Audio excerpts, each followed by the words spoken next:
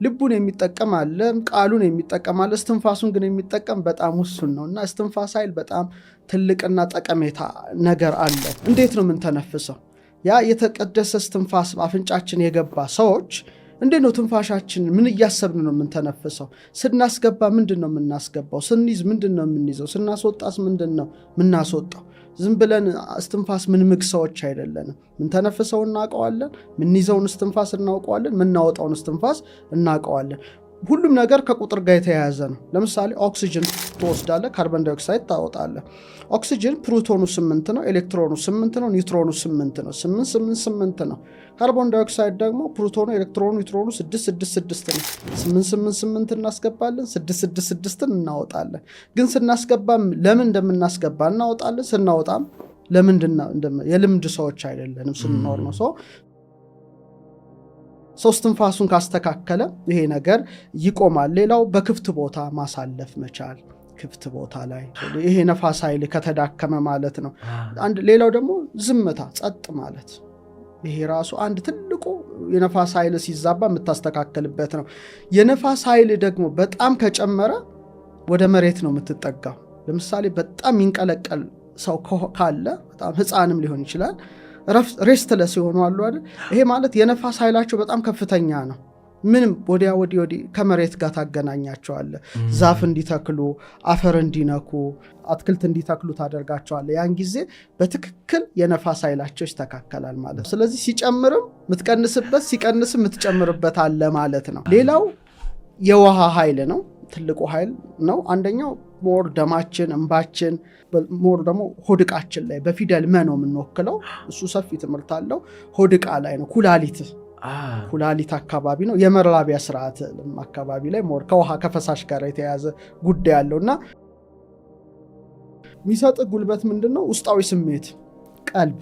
ምሳሌ አሁን በብዛት ውሃው ማለት ነው። ሞር ከመጋ የተያዙ ነገሮች ኢንቲዩሽናቸው፣ ቀልባቸው ከፍ ያለ ነው። ማለትም ቀልብ ሞር ከልብ ጋር ይያዛል። ግን የኩላሊታቸው አካባቢ ኩላሊት ያጤሰው ልብ ያመላለሰው ናላ ያወረሰው እንደሚባል ቀድመው ማወቅ ይችላሉ ነው። የሆነ ሀዘን የሚድረስባቸው፣ ደስታ የሚምጣባቸው ያውቃሉ። በጣም ከፍ ያለ ነው የውስጣዊ ስሜታቸው ኩላሊት አካባቢ። ለምሳሌ እናቶች ሞር ልጃቸው ሲታመምባቸው፣ አደጋ ሲደርስባቸው ቀድሞ ያውቃሉ። ሆዴም ባርባራ ለሆነ የመረበሽ ስሜት ይመጣል እዚህ ሆድ ዕቃ ላይ። ይሄ እንግዲህ የውሃ ባህሪ በጣም ከፍ ያለ ሲሆን ውስጣዊ ስሜት ነው። ጠንካራ የበሽታ መከላከልም አቅም ይጨምራል። ልክ እንደ ውሃ ደግሞ የቆዳ ልስላሴ፣ ለስላሳ ቆዳ ሊኖር ይችላል። በአንጻሩ ደግሞ ይሄ ነገር ቢገለበጥና የውሃ ኃይል ካነሰ ስሜት ይለዋወጣል። ድብርታም፣ ድባቴ ውስጥ ትገባለ፣ መጨናነቅ ይመጣል፣ ፍርሃት ይመጣል። ይሄ እንግዲህ ከውሃ ማዕበሉ ነው። የተረጋጋ ውሃ አለ፣ ማዕበል ውሃ አለ፣ ስቶርም ያለው ነገር አለና ያ ነገር ይገለባበጥባል። ስለዚህ ይህን ሚዛንህን ለመጠበቅ አንደኛ ንጹህ የተባረከ ውሃ መጠጣት። ይሄ ውሃ አለ አይደል? ጸሎት አድርገ እፍትለዋለ፣ ስትንፋስ ነው የምታስገባበት ነው። ለምሳሌ እሳት አለ አይደል? እሳትን ለማቀጣጠል ነፋስ ነው አይደል? ማራገቢያ እና እሳቱ እንደሚንቦገቦግ በተመሳሳይ መልኩ ጸሎት አድርገ እፍ ብለው ውሃውን ስትጠጣው ወዲያው ማስተካከል አቅም አለው። ሁለተኛ ደግሞ የምንጭ ውሃ መጠጣት፣ ላስቲክ የታሸገውን ሳይሆን በማዕድን የበለጸገ ውሃን ስትጠጣ ይሄ የተዳከመው የውሃ ኃይል እየተስተካከለ ይመጣል። መጠመቅም ሊሆን ይችላል፣ መታጠብ ሊሆን ይችላል ወዘተርፈ። ይሄ ከውሃ ጋር ደግሞ ውሃ በጣም ካየለ ደግሞ ወደ እሳት መጠጋትና ማስተካከል የራስ ስራ ሊሆን ይችላል። የመሬት ኃይል እንግዲህ አጥንቶች፣ ጅማቶች፣ ጠጉር፣ ጥፍር በአጠቃላይ ይሄን ሁሉ አካላዊ ክብደትህን የያዘ ኃይል ነው እና ጉልበቱ መረጋጋት ነው፣ ጽናት ነው። ጠንካራ ትሆናለ። ጠንካራ አጥንት ይኖርሃል። ቋሚ ጉልበት፣ ይሄ ማይባክን ጉልበት አለ፣ የሚቀጥል ጉልበት ይኖርሃል። በዛውን ልክ ትግስተኛ ነህ።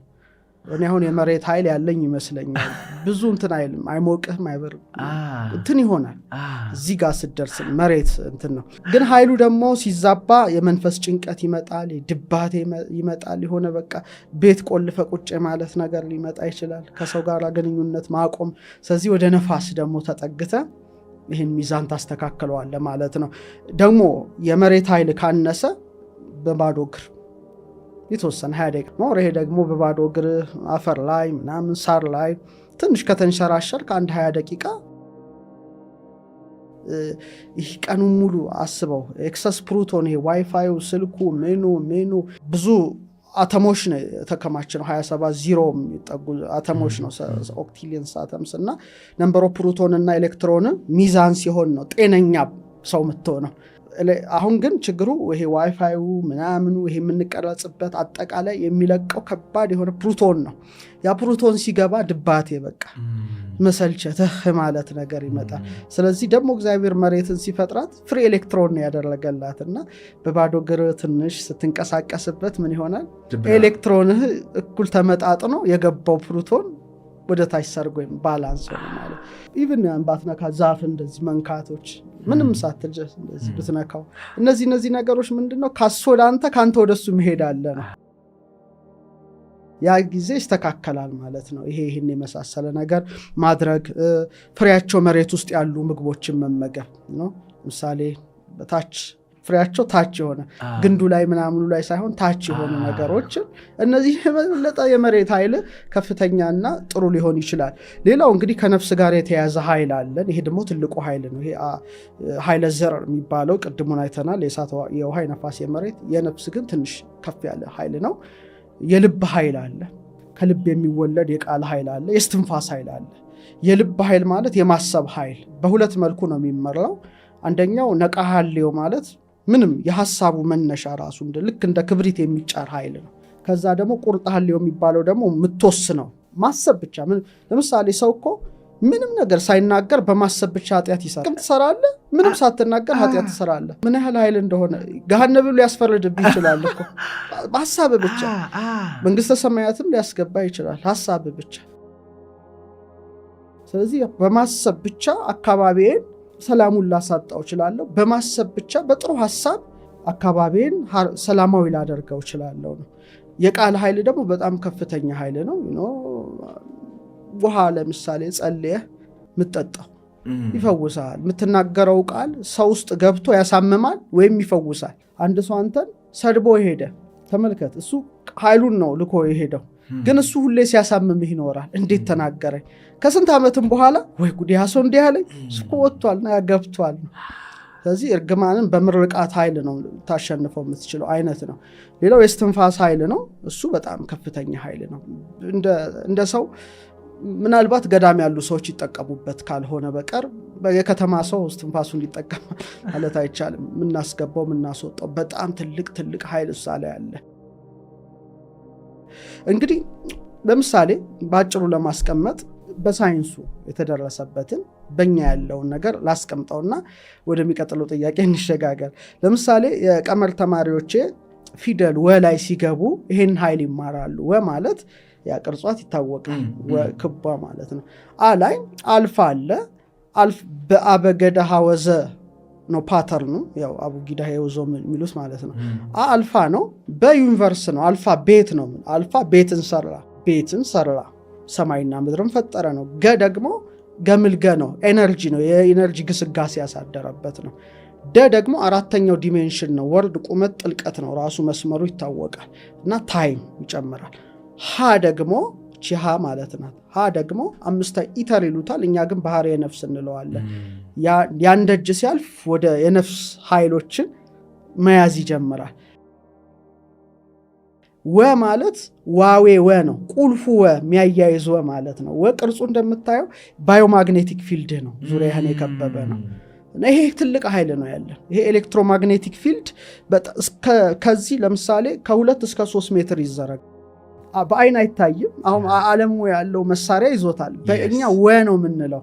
ዋዌ ወ ኤሌክትሪክንም መግነጢስንም ያዋህድና ላይ ይከባሃል ማለት ነው። ልክ እንደ ቀስተ ደመና አይነት ቀለም ነው። ቀስተ ደመናዊ ቀለም ያለው ነው። ቢያንስ 7 ክፍል ያለው ብርሃን አለን ውስጣችን። ለምሳሌ ቅዱሳን ስዕል ስትመለከት እዚህ ጋር አለ ቢጫ አክሊል ይደረጋል። ሙሉ የሰውነት ብርሃን አለ። ከላይ ደግሞ ያው የድል አክሊል አለ። ምንድነው ይሄ ማለት? ለምሳሌ አንድ ሰው ከኋላ ይቆማል።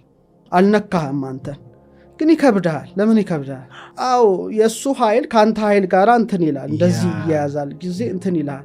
ለምሳሌ በባስ የሚሄዱ ሰዎች፣ በባቡር የሚሄዱ ሰዎች ደክሟቸው ነው የሚገቡት።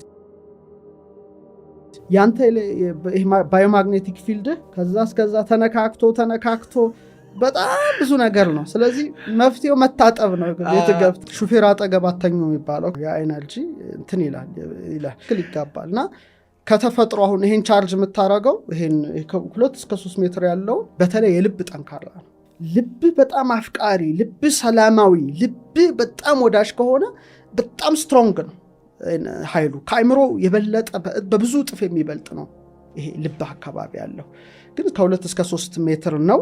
ይሄን አሁን በምን ኃይል ታገኘዋለህ? ከተፈጥሮ፣ ከፀሐይ፣ ከጨረቃ በባዶ እግር በመሄድ እና ደግሞ የተቀበልከውን ደግሞ ማስተላለፍም ትችላለህ ለሌላው። ይሄ በጣም ትልቅ ኃይል ነው። ለዚህ ነው ሰውን ስታቅፈው አንዳንድ የሚከብድሃል፣ አንዳንድ ደስ ይልሃል። እቀፈው ይልሃል። የራስ ቅላችን ትልቁ አንዱ የእሳት ኃይል የተከማቸበት ነው። እሳት ከሙቀት ጋራ፣ እሳት ከብርሃን ጋር የተያያዘ ነው። ስለዚህ አይናችን፣ በተለይ አይናችን ፒኒኤል ወይም ፒኒየል የሚባለው ግላንዳችን እሱም ራሱ ሞር ከእሳት ጋራ የተያያዘ ኃይል ነው። ሌላው ምግብ መፍጨት ከመፍጨት ጋር ያለው ስርዓት የሚከናወንበት ጨጓራችን ሞር ከማቃጠል ጋር የተስማማ በመሆኑ ይሄ አካባቢ በብዛት የእሳት ኃይል ያለበት ቦታ ነው እና የሚሰጠንም ጥቅም አለ። ይሄ የእሳት ኃይል ከፍ ሲልም ዝቅ ሲልም የሚያመጣው ጉዳትም አዎንታዊ አሉታዊ ገጽ እንዳለው የሚሰጠን ኃይል ትጋት ሊሰጠን ይችላል። በጣም እሳት ፍጥነት ጋር የተያያዘ ነው። ተግባር አንድን ነገር አድርገህ ማከናወን መቻል። ሌላው ሰማያዊ ዓላማ እንዲኖር፣ ምክንያቱም ከመልአክ ባህሪ ጋራ የተመሳሰለ ነው እሳት።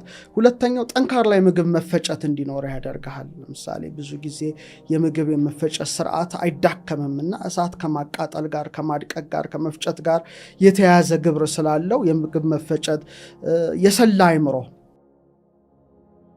የተባ አይምሮ፣ እሳት የላሰ ነው ገሌ ሲባል ከእውቀት ጋራ።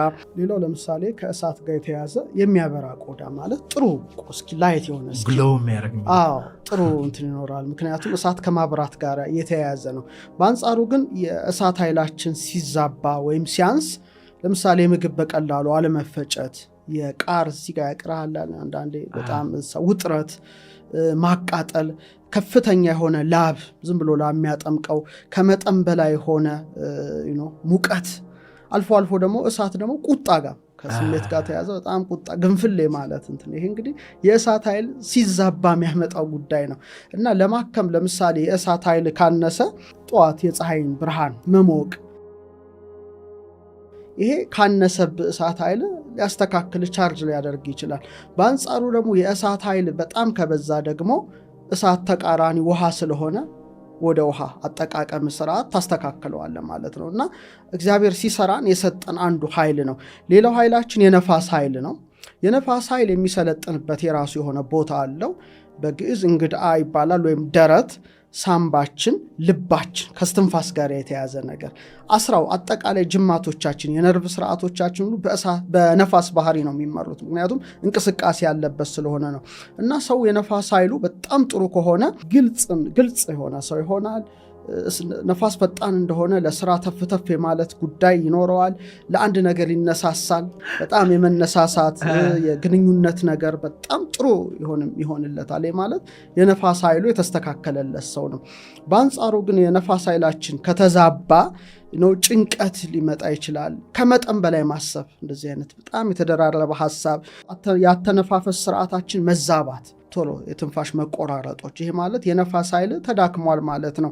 እንቅልፍ ማጣት፣ ሀሳብ ደግሞ ማይሰባሰብ ብትንትን የሚል ሀሳብ፣ አሁን ታስባለህ ይበተናል፣ ታስባለህ ይበተናል። ይሄ ማለት የነፋስ ኃይል ምን ሆኗል ማለት ነው? ተዛብቷል ማለት ነው። ስለዚህ ልምምድ አለው ይሄን ለማስተካከል የነፋስ ኃይል። አንደኛ ያተነፋፈስ ስርዓት በጣም እስትንፋስ እጅግ የተለየ ጸጋ ነው።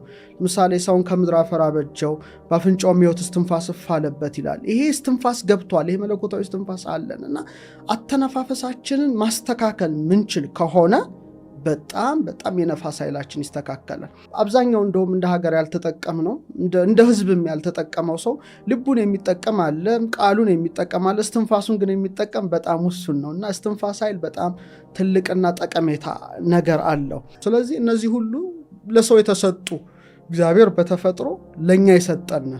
ስንቶቻችን ባትሪያችን ደክሟል፣ ቻርጅ እናደርገዋለን አናደርገው፣ በሂደት እናየዋለን። በአጠቃላይ ግን ይህን ይመስላል።